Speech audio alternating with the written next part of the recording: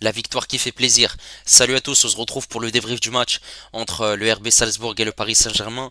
Victoire du Paris Saint-Germain, 3 buts à 0. 3 buts qui ont été inscrits par Gonzalo Ramos à la 30e minute de jeu, Nuno Mendes à la 72e minute de jeu et Doué à la 85e minute de jeu. Merci aux personnes qui étaient présentes avec moi en live pour suivre ce match. N'hésitez pas à liker et à vous abonner si vous êtes nouveau. On est parti pour les statistiques de cette rencontre qui sont bien évidemment en faveur du Paris Saint-Germain avec 15 tirs pour le PSG, 8 tirs cadrés, 3 buts. Pour Salzbourg, c'était très très faible, 3 tirs, un petit tir cadré, une possession à l'avantage du Paris Saint-Germain, 70%, 30 seulement pour Salzbourg, 814 passes pour le Paris Saint-Germain, 348 pour Salzbourg, précision de passe à 90% pour le PSG, 75 pour Salzbourg, 11 fautes parisiennes, 9 pour Salzbourg, 3 cartons jaunes obtenus par les Autrichiens.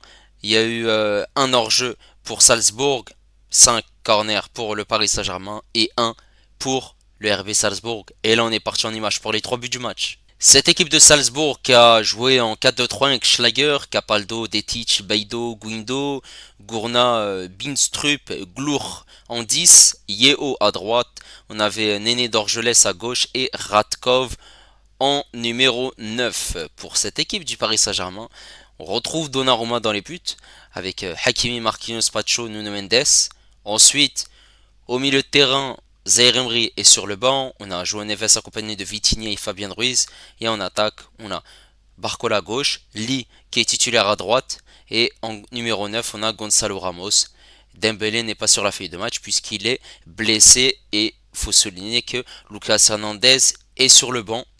Et c'est cette équipe du Paris Saint-Germain qui, à la 29e minute de jeu, grâce à Bradley Barcola, va réussir à marquer un but, un centre, cette tête de Hakimi et du bout du pied, Ramos met le ballon au fond, ce qui fait 1-0 pour le Paris Saint-Germain.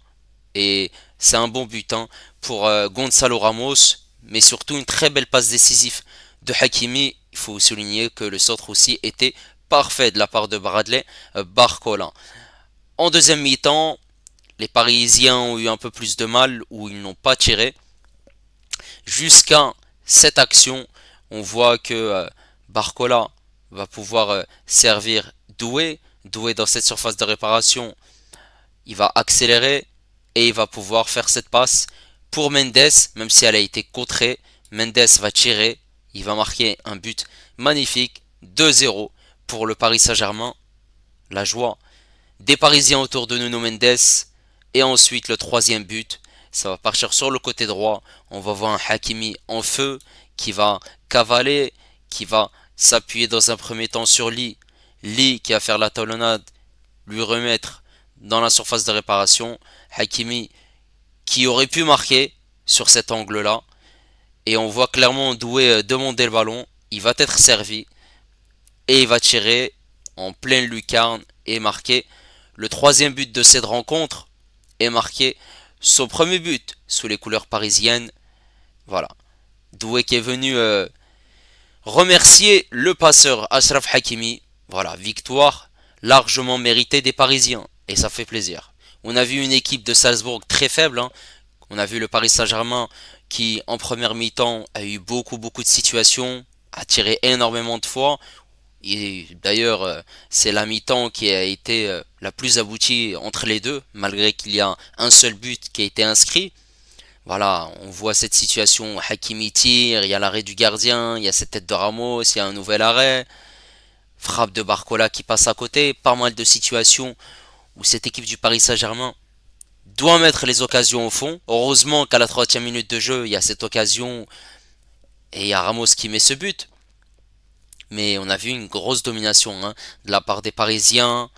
Voilà, cette équipe de Salzbourg essaie de jouer en contre, essaie de trouver des solutions, mais c'était très compliqué. Ils essayaient de se projeter, mais forcément il y avait beaucoup de déchets techniques et des passes ratées. Donc ça facilitait aussi la tâche aux Parisiens, mais surtout le bloc parisien était haut et récupérait aussi les ballons hauts pour fatiguer clairement cette équipe. Euh, de Salzbourg, hein. Ils ont été très faibles.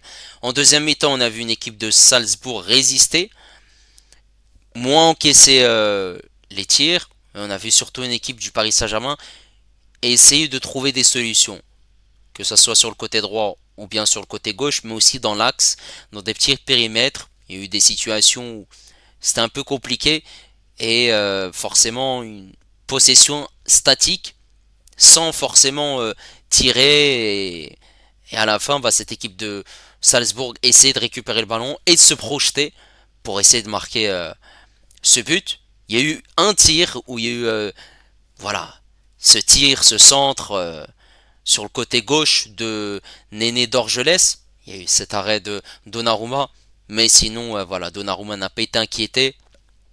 Après forcément l'entrée de Doué était intéressante par rapport à Ramos, on pouvait se poser des questions puisque voilà, Doué c'est pas un neuf et lorsqu'on a vu Doué rentrer, on pouvait se dire sûrement à la place de Lee et non, il a joué en faux numéro 9 et voilà, on a eu ce deuxième but où on a eu ce relais entre Barcola, Doué et Mendes. Ensuite, Doué qui est présent aussi dans cette surface de réparation pour marquer ce troisième but. Parfait, voilà, les Parisiens ont été efficaces sur deux tirs, tout simplement en deuxième mi-temps. Et ça, c'est top de d'être bien et surtout d'avoir peu de tirs et de marquer. Parce que en première mi-temps, on avait beaucoup de situations, mais on n'arrivait pas à les mettre au fond. Et il est là le problème. Après, forcément, l'adversité était très faible, mais ces trois buts vont pouvoir rassurer mentalement et psychologiquement cette équipe du Paris Saint-Germain. Mais surtout, il ne faut pas l'oublier, c'est que on avait une différence de -3. Maintenant, avec ces trois buts, bah, on a une différence de 0. Donc c'est très intéressant. Et on est clairement voilà, relancé hein, pour cette qualification dans le top 24. C'est ce qu'il fallait faire et ils l'ont fait parfaitement. Maintenant, on va parler de la prestation des joueurs parisiens. On va commencer par Donnarumma. Bah, il a été plutôt tranquille. Il n'y a pas eu vraiment à s'inquiéter. Après, forcément, il fallait faire cet arrêt en fin de match. Voilà. Au niveau de la relance, c'était top. Après, forcément, il n'a pas eu beaucoup de ballons à toucher. Donc, c'était plutôt intéressant. Sur le côté droit, on avait Hakimi. Hakimi, il n'y a rien à dire. Hakimi, c'est le meilleur joueur parisien qui montre offensivement, qui montre ce qu'il faut faire, hein, clairement. Il montre la voie à ses partenaires. Deux passes décisives pour Hakimi. Déjà, il se retrouve en première mi-temps à tirer en dehors de la surface de réparation. Il y a cet arrêt du gardien, Schlager. Ensuite, il y a l'arrêt, il y a la tête de Ramos. Donc il prend cette initiative. On voit un Hakimi pertinent, intéressant, qui fait les allers-retours, qui a le couloir libre. Par moments, c'était un peu compliqué. On voyait un Lee qui marchait, forcément, qui ralentissait un peu Hakimi. Donc petit à petit, Lee s'est orienté à peu près vers l'axe. Et forcément, on a vu un Hakimi qui se projetait, qui accélérait. Il n'y avait pas de Dembélé dans ce couloir, donc il partait. Et il avait une très grosse explosivité. Il arrivait à faire de réelles différences. Forcément, il y a ce centre de Barcola, cette déviation de Hakimi, passe décisive pour Ramos, parfait. Deuxième mi-temps, on avait un Hakimi qui essayait de se projeter, de faire des appels, que ce soit au milieu de terrain ou même sur le couloir droit. On voyait que c'était compliqué avec ses partenaires. Euh, Lorsqu'il faisait la passe à Fabien Ruiz, il y avait Fabien Ruiz qui n'était pas bien placé. Lee, par moments, c'était compliqué avec lui.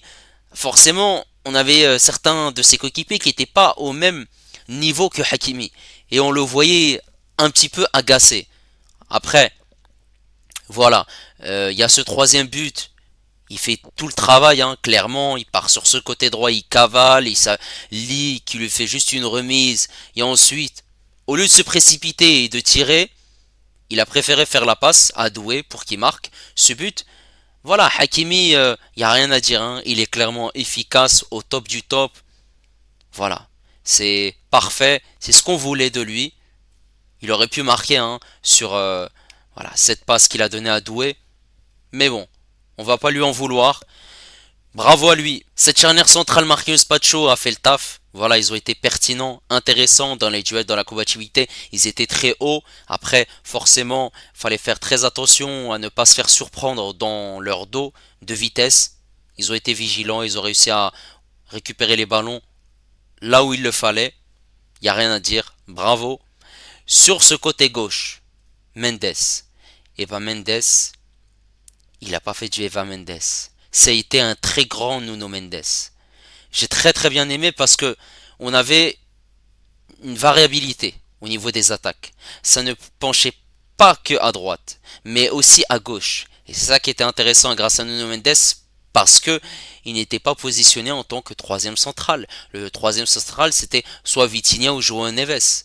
Et là on le voyait, un Nuno Mendes très haut sur ce côté gauche, un Barcola qui était en retrait et qui jouait avec lui, qui combinait, un Mendes qui se projetait, qui centrait, qui arrivait à faire des différences, un Barcola qui arrivait à se projeter, et lorsque Barcola a se projeté, on voyait un Mendes qui était pas très loin, donc ça c'est pertinent, que Mendes joue ce rôle-là, c'est ce qu'il sait faire le mieux, il est très fort offensivement, et ça fait plaisir, hein, qui marque ce but, il se retrouve dans cette surface de réparation, il arrive à combiner avec ses coéquipiers. Voilà, bravo, il a beaucoup apporté. Le Paris Saint-Germain ne s'est pas mis en danger en contre. Voilà, c'était plutôt intéressant. Bravo. Ce milieu de terrain Vitinha, Fabien Ruiz, João Neves. Vitinha, il était en tant que troisième central avec João Neves. Voilà. C'était au début João Neves. Après un autre moment, c'était Vitinha. Ça, c'était plutôt en première mi-temps. Et en deuxième mi-temps, on voyait la même chose. Ça variait entre les deux. Et on a vu un Vitinha en première mi-temps qui a réussi aussi à tirer au but. Et ça, c'est pertinent, hein. Faut tenter sa chance en dehors de la surface de réparation, sachant qu'on connaît la patte de Vitinha. Il a marqué de magnifiques buts la saison dernière en dehors de la surface de réparation.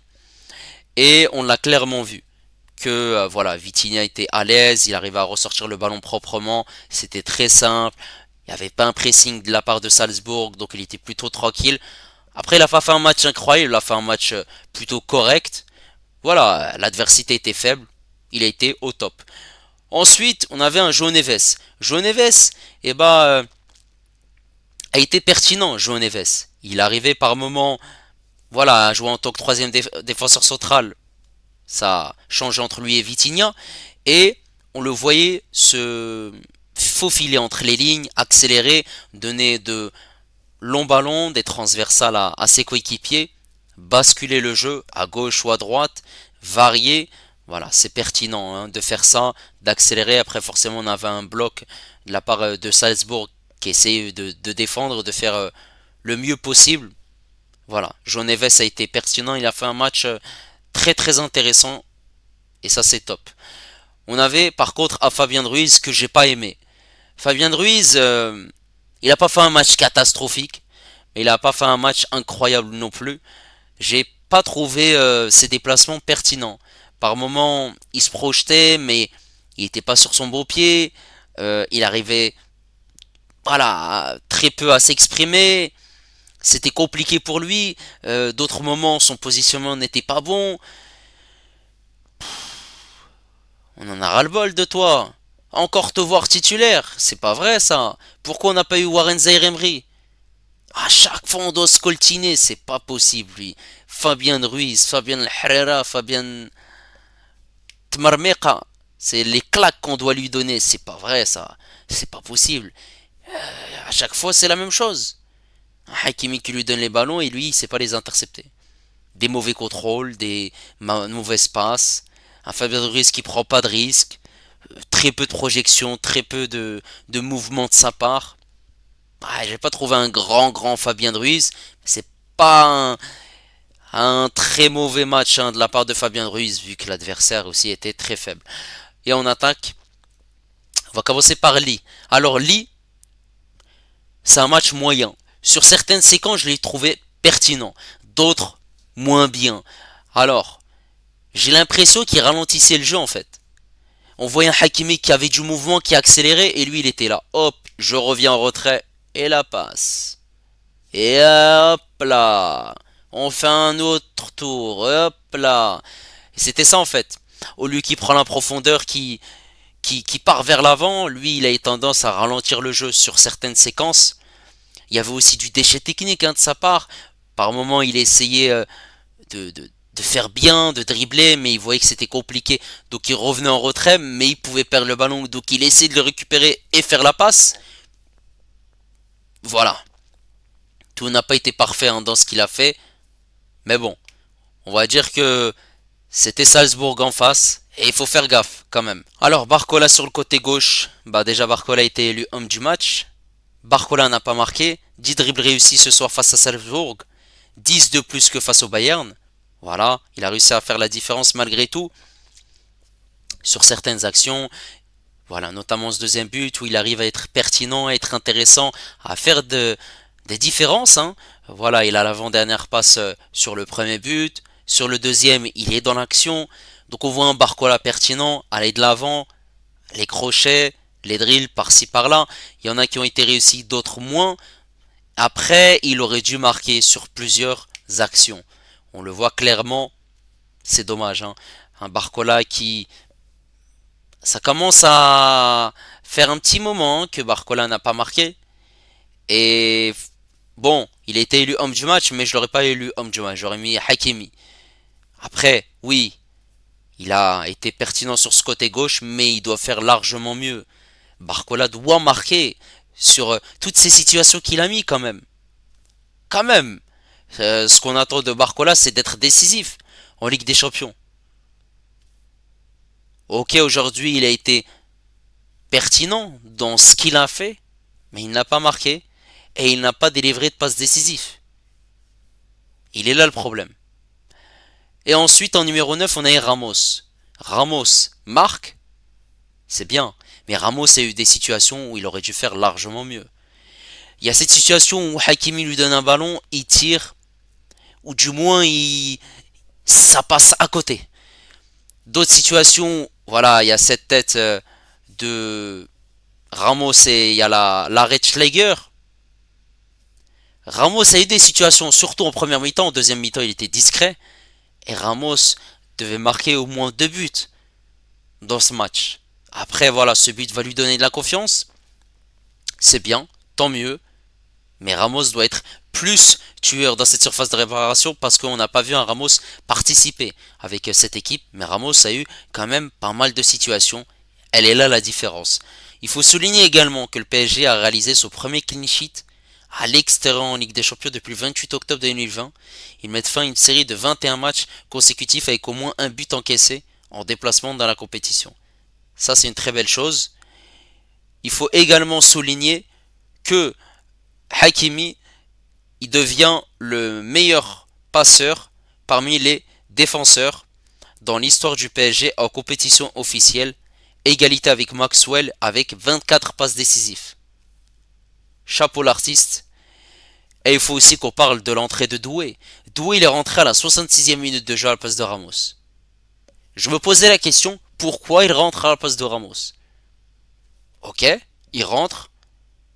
72e minute de jeu, il fait 7 passes décisives pour Mendes. J'ai vu qu'elle n'a pas été comptabilisée par l'UEFA. Très bien, bravo. Et on a ce but où il est dans cette surface de réparation, il demande le ballon, il marque. Ce but va lui donner de la confiance. Mais on a surtout vu un Doué pertinent. Pertinent dans son entrée, hein, dans ses dribbles, dans son accélération, dans sa vivacité, dans ses gestes, dans ses déplacements aussi. On a vu un Doué qui essaie de se rendre disponible pour son équipe. Et ça fait plaisir. Un Doué qui marque. Et on espère qu'un grâce à ce but, il va pouvoir marquer d'autres buts. Et ça, c'est très prometteur pour la suite. Voilà, n'hésitez pas à me dire ce que vous avez pensé de cette rencontre. Le Paris Saint-Germain qui est actuellement 24e de ce classement de la Ligue des Champions en attendant les matchs de ce mercredi. N'hésitez pas à liker, n'hésitez pas également à vous abonner si vous êtes nouveau. Et moi je vous dis à la prochaine. Ciao les amis, ici c'est Paris.